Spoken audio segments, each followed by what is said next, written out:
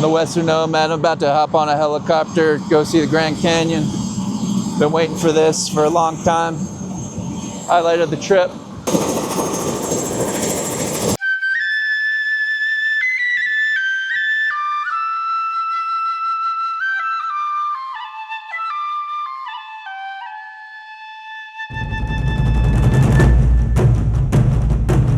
Welcome to the American Southwest. The landscapes out here are the embodiment of the true American West. The scenery is stunning and the history is complex and heartbreaking. We will be exploring the Grand Canyon, talking with the Navajo, and taking in the sights and sounds of Monument Valley. This trip came with a certain amount of joy and suffering all mixed into one. Stay tuned until the end. You won't want to miss me flying over the Grand Canyon after a fresh snowfall. Buckle up, guys. This video is jam-packed with goodies that will all amaze you. This is my life's work and how I will be remembered. I am the Western Nomad. Welcome to my channel.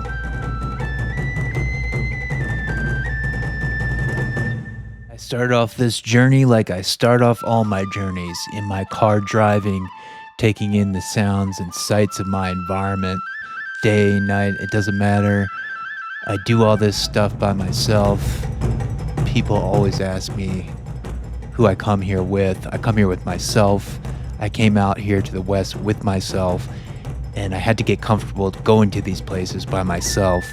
For my 39th birthday, I decided to visit the Grand Canyon. I had never been there, believe it or not. And the real story is everything along the way, and I hope to share that in the truest sense with my audience on this one. So when I got into Arizona, I just started going into these Indian reservation communities and seeing if I could find someone who wanted to talk on camera. Obviously, most people didn't want anything to do with me. Totally understandable. But I kept driving, I kept pushing forward. But this is what it looks like on a reservation.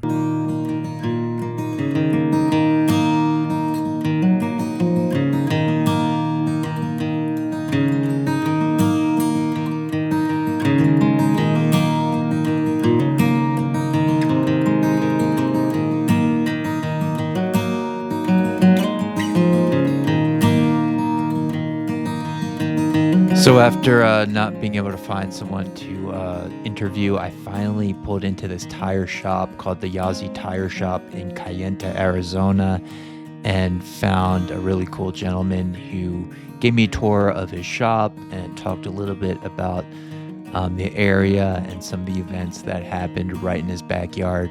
So I was really grateful, and if him or his daughter's watching this, please reach out to me. I'm outside some tire shop in Navajo Nation, trying to get an interview with someone. I think the guy's daughter is a YouTuber. How ironic is that? And she wants to be a YouTuber for her occupation. This is the way the world's going, so we're gonna see. He's actually calling her up, see if she can come out here and do an interview, because she would enjoy this type of stuff, so I'm just waiting.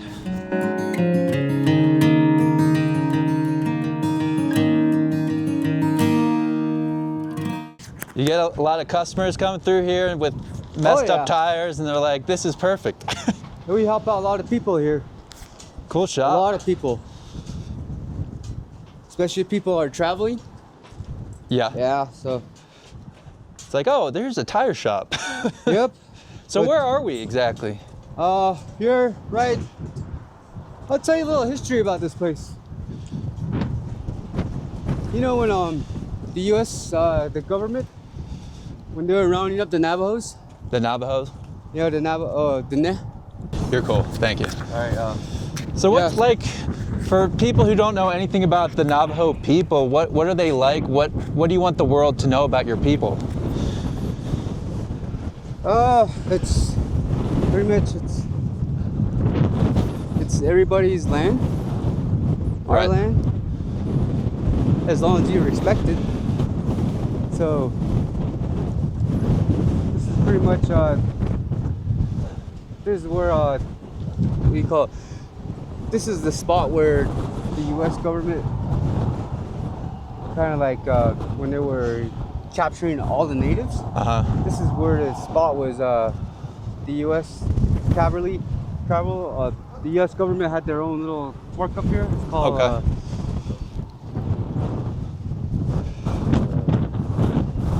When were you? Longhouse Valley. Okay. It's a fort. When There's did a they fort. relocate everyone? Fort Summer. And that's in New Mexico.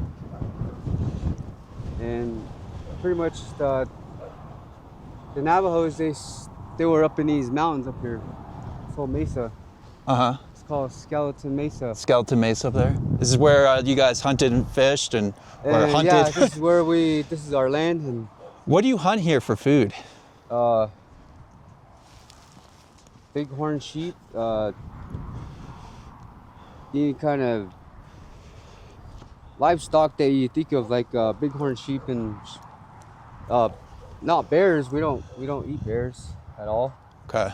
And I want to get that mic a little closer to you. Sorry, man. pretty much There we go. everything's like just corn, vegetation. Okay. A lot of healthy. A lot of these plants out here, around here, are for medicine as well. What kind of medicine comes from these plants? Antibiotics.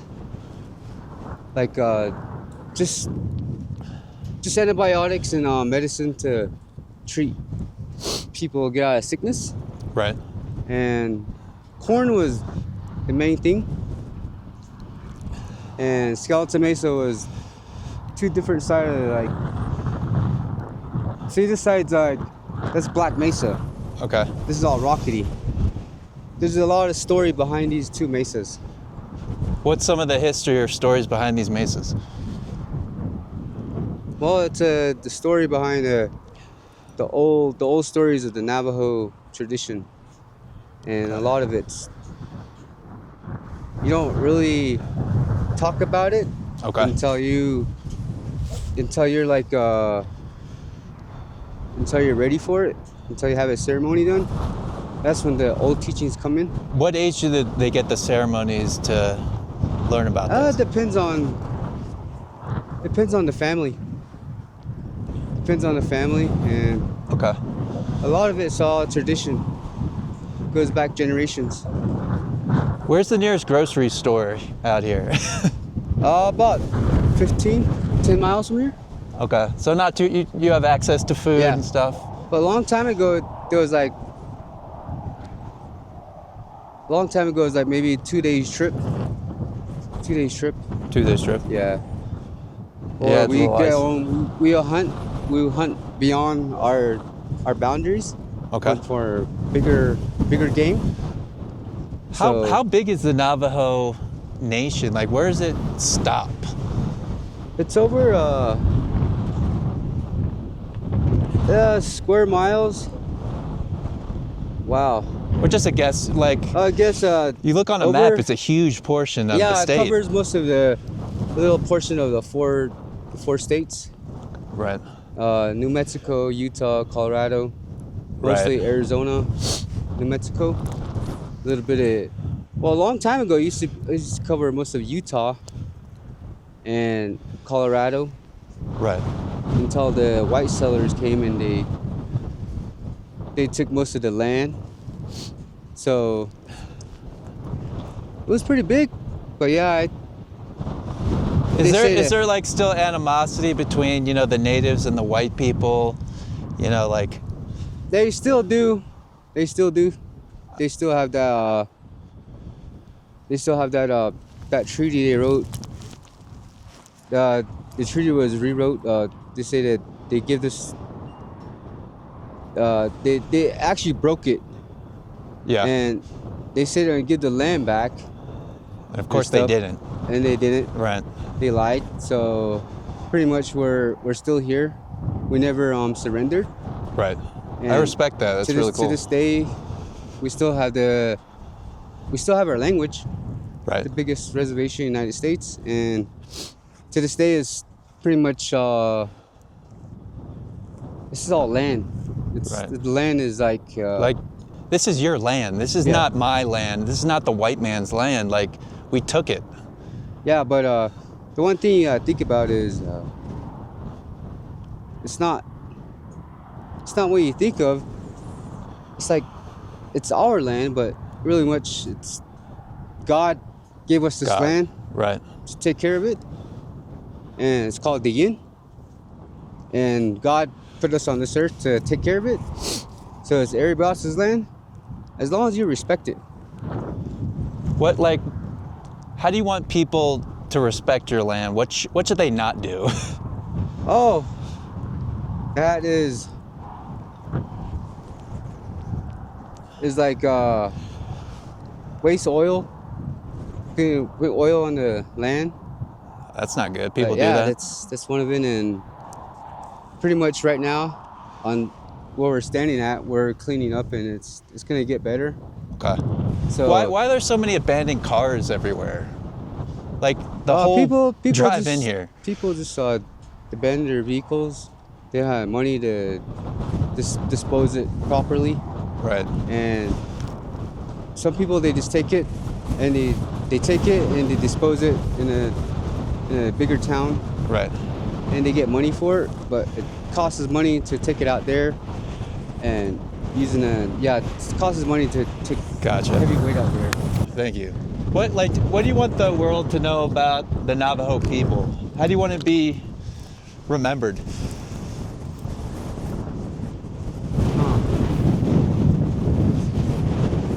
We fought for our land and we respect it a lot, Respect it. and make sure you do the same as where you're coming from, and never forget your language. Because the white people the U.S. cab were They were out there? yeah, they're out there trying to take us out. And Wow. that's what they use. But the Navajos, they push it down the cliff, and to this day it's somewhere in this whole area, Wow. somewhere in this ridge. It used to be way up there, but there's an old mining site up there, Really? caves, and the stuff is still there. People just left everything, Wow. old vehicles, and it's called no man's land. That's No man's land up there?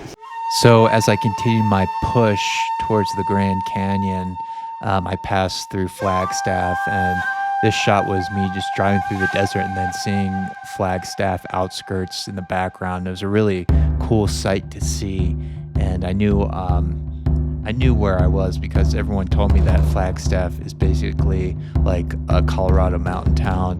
I drove through it. It looked like a real beautiful town, but nothing really stood out to me. I see a lot of mountain towns, but perhaps I'll come back there and explore.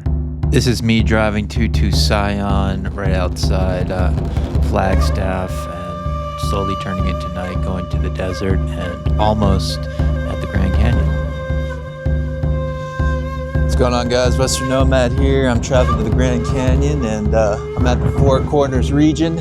So this is where New Mexico, Arizona, Utah, and Colorado all combine in the Southwest. So it's really fun, actually. Colorado here. I'm gonna go across the street and be in New Mexico. Watching Western Nomad. Doing the American Southwest in this series. Going across the street. Now I'm in New Mexico. Western Nomad, drove like 2 minutes up the road. Now I'm in Arizona. Come on, guys, on the Western Nomad here in the beautiful Grand Canyon. Isn't it really nice? Beautiful place. You can really see the depth of this canyon.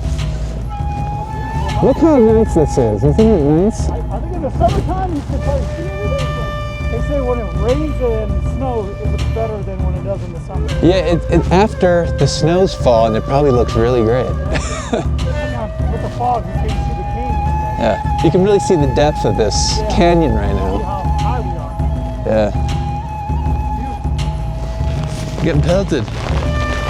Oh, shit.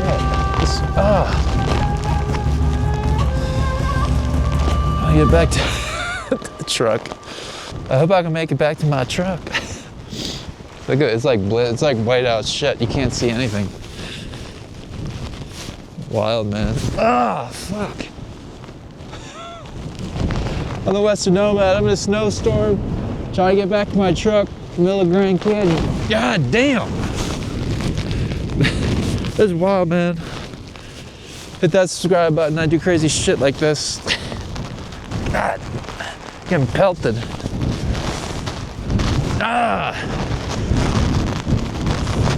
It's like 60-mile-an-hour winds. You know, you see all these videos of me doing all this cool stuff, and I do very cool stuff. Very blessed, but you know, there are times where I'm just sitting in my truck waiting for the weather to turn, looking at an hourly forecast, going, I know that's not even accurate. So it's all part of being the Western Nomad, traveling and filming. Out west, weather rules. You're not in control out here, and it requires patience and sometimes just hanging out in the truck. So when the weather finally cleared, I started to really see this thing for the first time, and the mist and the cloud cover still kind of being there, it created this really cool effect. And this is Mohave Point, so if you had to spend only 30 minutes to an hour in the park, I suggest you go into this viewpoint. It's right by the visitor center. It's going to be crowded and congested, especially during the summer, but you do get good views here, and you won't have to drive far from the entrance in order to appreciate it.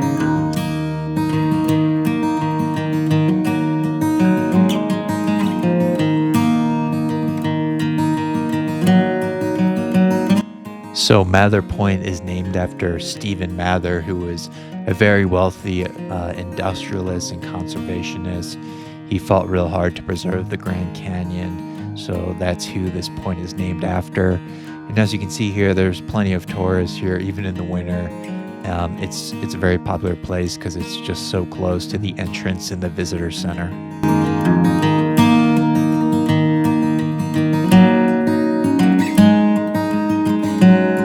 You know, as you can see here, everyone's like trying to fight for a view for that one spot at the edge. So getting a shot there, you kind of have to jump over some tourists, but it was worth it.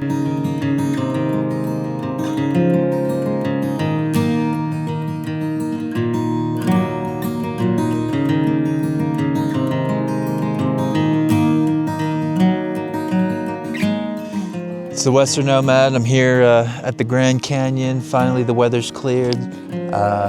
Cloud cover's gone, so starting to really see what this canyon looks like, and it really is an amazing sight. Wow. Can't believe I haven't been here. I haven't really even been to the American Southwest before, and it's been an interesting experience so far.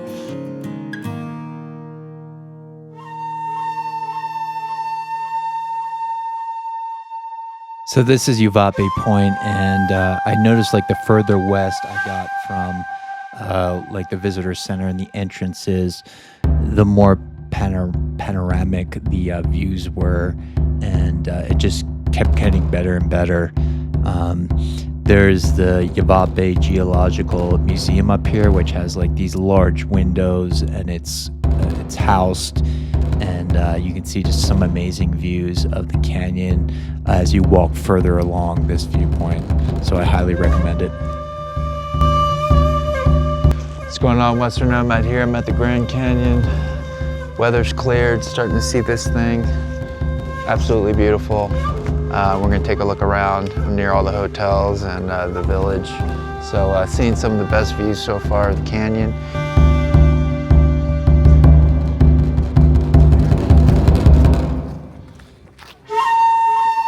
Really old hotel. It's really awesome. That's straight. Ooh. Ooh. That's fun. It's just such a huge cannon.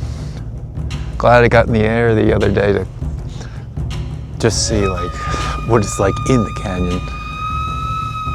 Man, that was a fun ride, but it made me real sick.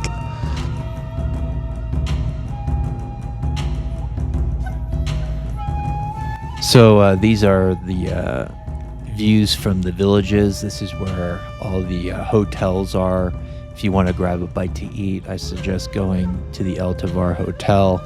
The cafe in there has pretty good food, and it's a really cool lodge. But as I walked along the villages and kind of got a little bit farther away from where most of the tourists were, these were probably the best views I've seen so far on the trip. And you have to go to this area if you're at the Grand Canyon. Very spectacular.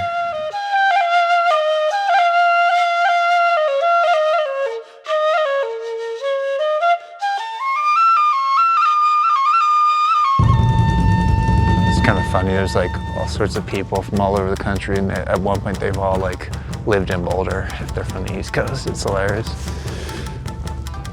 But this is a park where you just walk, you know, you just go to certain spots, park your car, and you walk the rim and you get different perspectives of the canyon.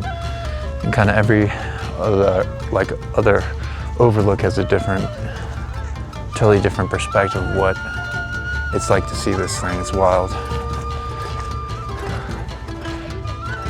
With Bryce, when you get different perspectives, you're kind of looking at the same thing almost, but here, I mean, the ecosystem's so complex, and you look down below, you're like, I just want to explore down there. It's wild.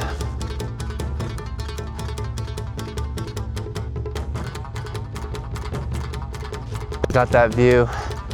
Walking up here to Yavapai Point. Drop me a comment, tell me how to pronounce that name properly. What I love about coming out to these places, especially our national parks, you find a nice quiet spot with amazing view, and you start thinking about what's really important in life, how much distractions we have, how much we worry about that's not worth worrying about. Everything gets boiled down to just a simple raw form out here. It's a hard thing to describe.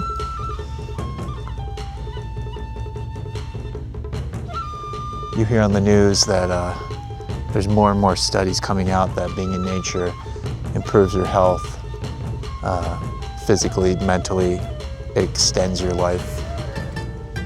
And I believe it.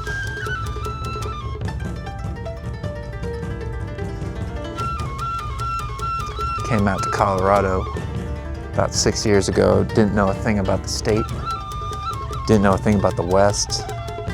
Definitely never saw landscapes like this. And it's a shame because you don't have to leave the country to find amazing destinations. If you're willing to explore, the American West has endless natural beauty.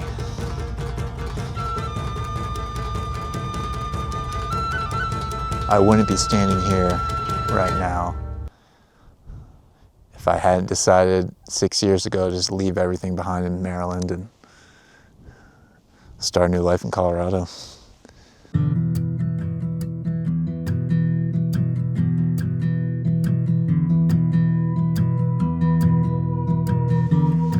I'm at Yavapai Point. It's pretty awesome, pretty scary. It's quite the view.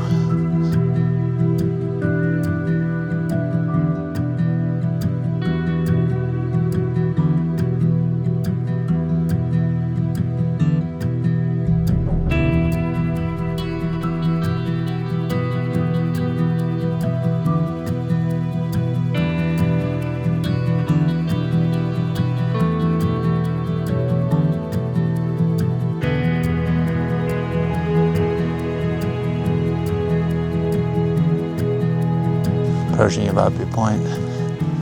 This is maybe one of the best views I've ever seen of the canyon. This is wild. It's beautiful. Wow. Unreal, man. You come out here to the west, it's like one sight after another taking your breath away.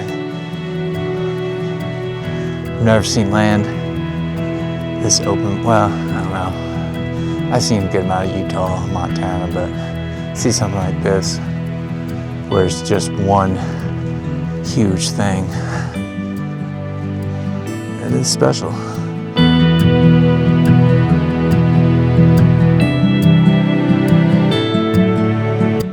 So actually reaching this Yvape observation point, I don't know, it's like a good 25, 30-minute walk from where all the hotels are. A lot of tourists just don't want to walk that far, but amazing views. At this point, I was pretty hungry and tired, so I decided to get a bite to eat at the cafe inside the El Tovar Hotel. This is like the premier hotel at the canyon, probably the nicest hotel within the park.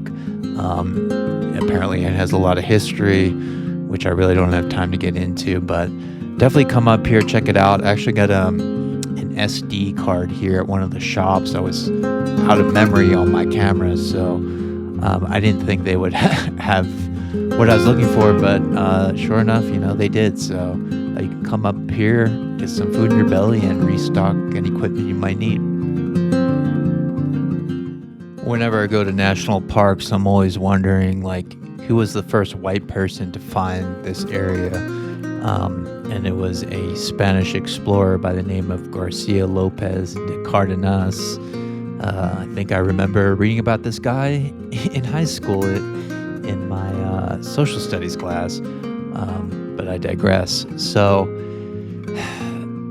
the history of this region is complex. First the Spanish had it, and then the Mexicans had it, and then the Americans won it, and then we had the American-Mexican War in the 1800s. So this area has shifted hands to people, throughout the centuries. But I'm always amazed by what it must have been like for, one of the first explorers to see something like this. It just had to have been such an overwhelming feeling. This is Mohave Point, by the way, and all the viewpoints along this Hermit's Road were just spectacular. It's a little bit of a drive, but really take the time to go here. Unreal. Well, I'm the Western Nomad. The sun's setting here on my last day at the Grand Canyon. It's been quite a trip. When I came in Tuesday night, weather was fine. A little bit of snow earlier in the day, but woke up the next day, just no visibility, snow blown everywhere. I've dealt with everything from motion sickness from a helicopter to being pelted with, wind and snow and high rains. But to end it on a note like this is why I put in so many miles. And there are just certain moments out here when you're by yourself, you go, holy shit, a lucky person. I'm the Western Nomad. Thank you for subscribing. Please subscribe if you haven't. I travel all throughout the United States, but mainly the American West. I happen to be at the Grand Canyon. Thanks for watching, guys.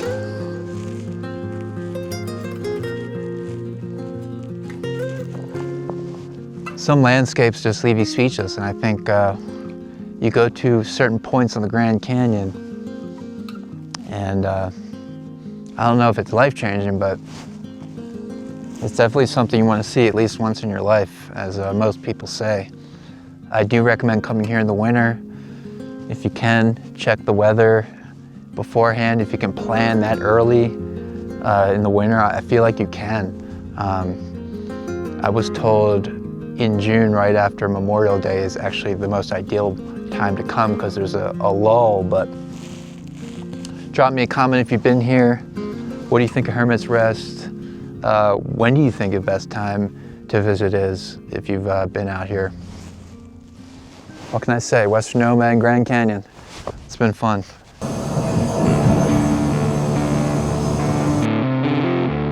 So this is definitely the coolest part of the trip and what most of you are probably waiting for in the video. I believe this was Grand Canyon helicopters. We flew out of a little airport base called Papillion, and had a really awesome pilot. He was actually playing Top Gun as we took off, and they kind of do this loop around the canyon, and I knew filming this was going to be an ordeal. It's just so hard to capture this on film. Even in a helicopter, this is hard to even see how big this thing is. But I tried to do the best I could for my audience, and this was a really cool experience. I did get pretty sick towards the end, and I was disoriented for hours, but well worth it.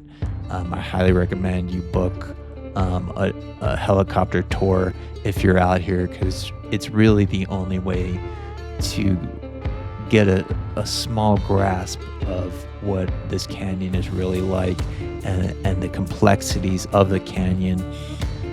As you can see here, you know, it's a complex landscape. The Grand Canyon isn't really just one canyon. It's thousands of canyons, gorges, plateaus, caves. The Colorado River is responsible for a lot of what you're seeing right now. And flying over it, it was just an amazing experience and something I'll remember for a lifetime.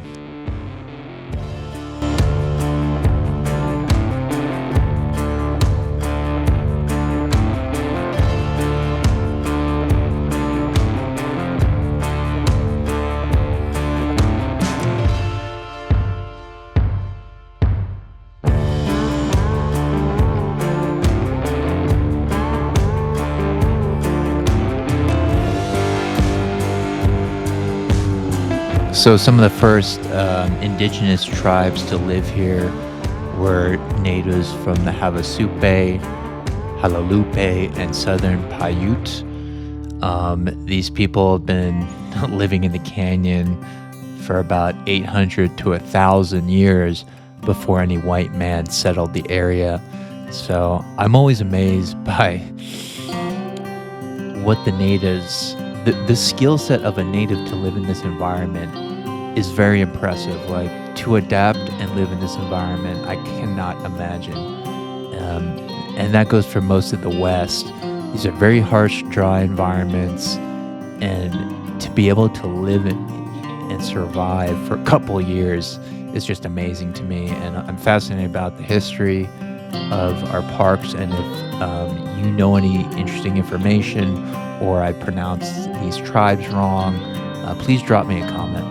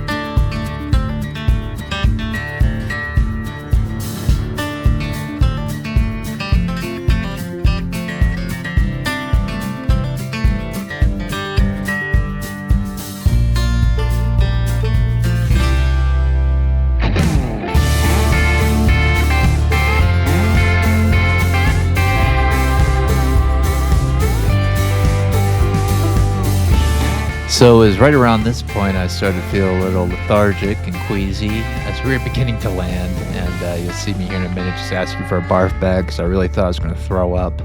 But I did survive, but it was a little rough.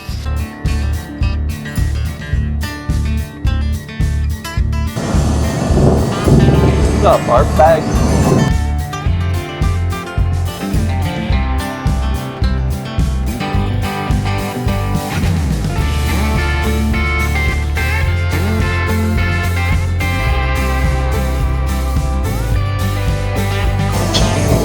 Do you have a barf bag there?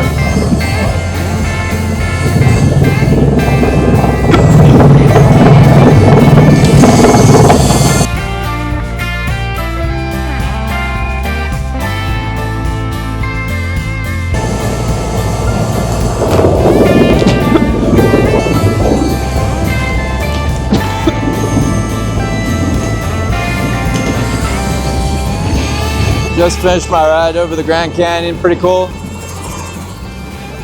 Fucking nauseous, might throw up, but survived without throwing up on the flight. Sweating bullets, but once a lifetime experience. Well, traveling, you know, it's fun, but sometimes it sucks. People see my channel and they go, oh man, that's really cool.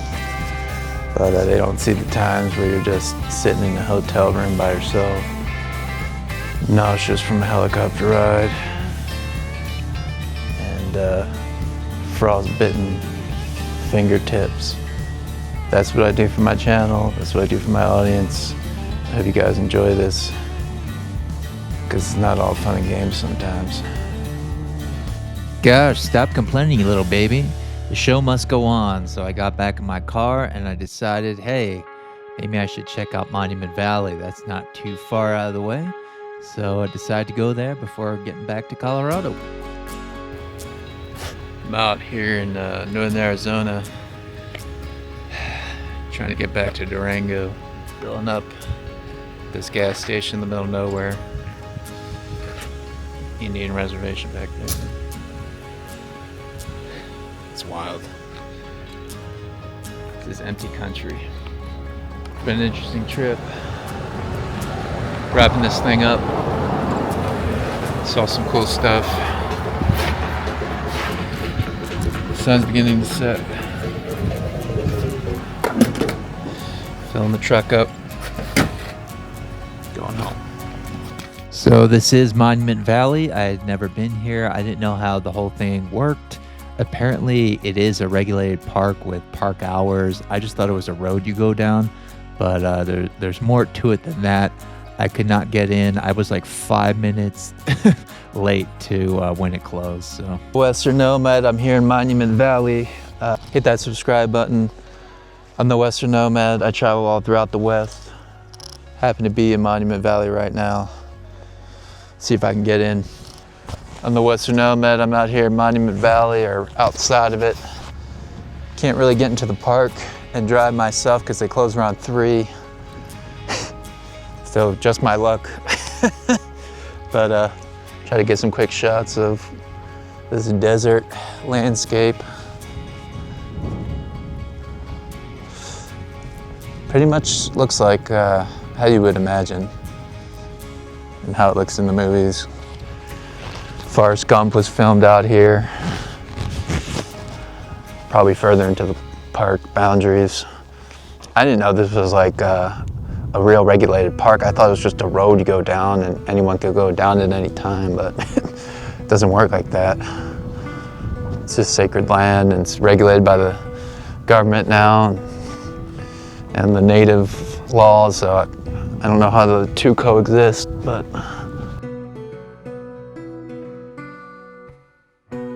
well, I guess I'm on the Utah side of Monument Valley with the iconic road. I don't know if this is where Forrest Gump was running in the movie, but it looks like it.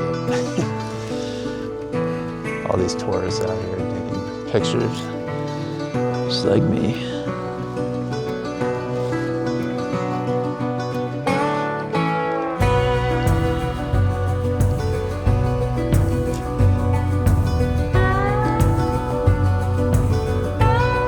exotic western landscape.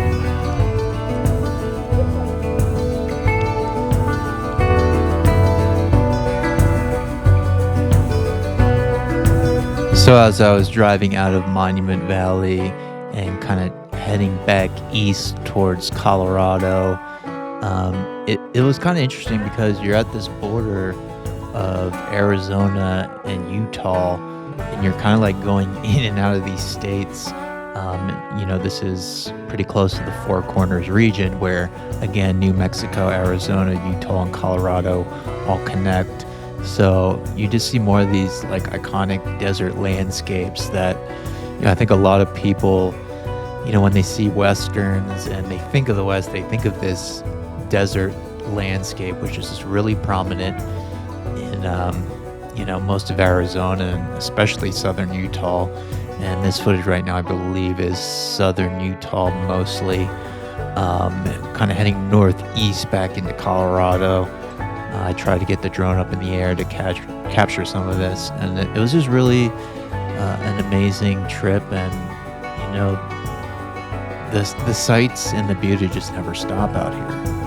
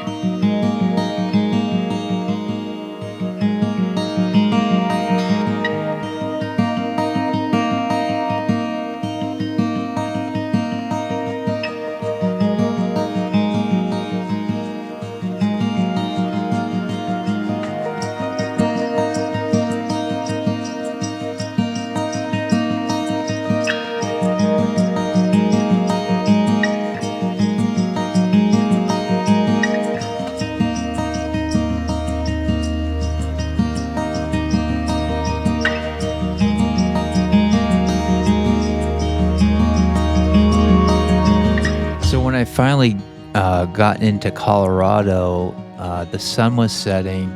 It was the golden hours of photography. The light was perfect. And I just had this overwhelming feeling where I just had to pull over to the side of the road, get my drone up in the air, and catch this, sight that maybe was going to last 10, 15 minutes if I was lucky. And to come back to your home state to something like this, which really doesn't resemble anything people think of when they think of Colorado, because when people are thinking about Colorado, they're thinking, high alpine peaks, snow, forest, but we have very diverse landscapes. And the next day, after a fresh snowfall, the sun was out, it was warm, it was like, I think it was close to the 60s, probably a little under, maybe high 50s. And this is outside Pagosa Springs, and it was gorgeous. And knowing that this is the state where you now live, and seeing and processing everything before, you go, man, maybe I do live in the prettiest state in the country. Now, a lot of people would argue that, and they're good arguments as to why Colorado isn't. But we have diversity in landscapes for a relatively small western state. And the feeling of coming back to this and knowing that you're a few hours from where you actually live, it was, you pinch yourself to see if you're really alive. Thank you so much if you stuck with me so far. This has been a long video, and I'm going to leave you with the sight of me driving up to Wolf Creek Pass. Thanks for all your support, and I'll see you on the next one.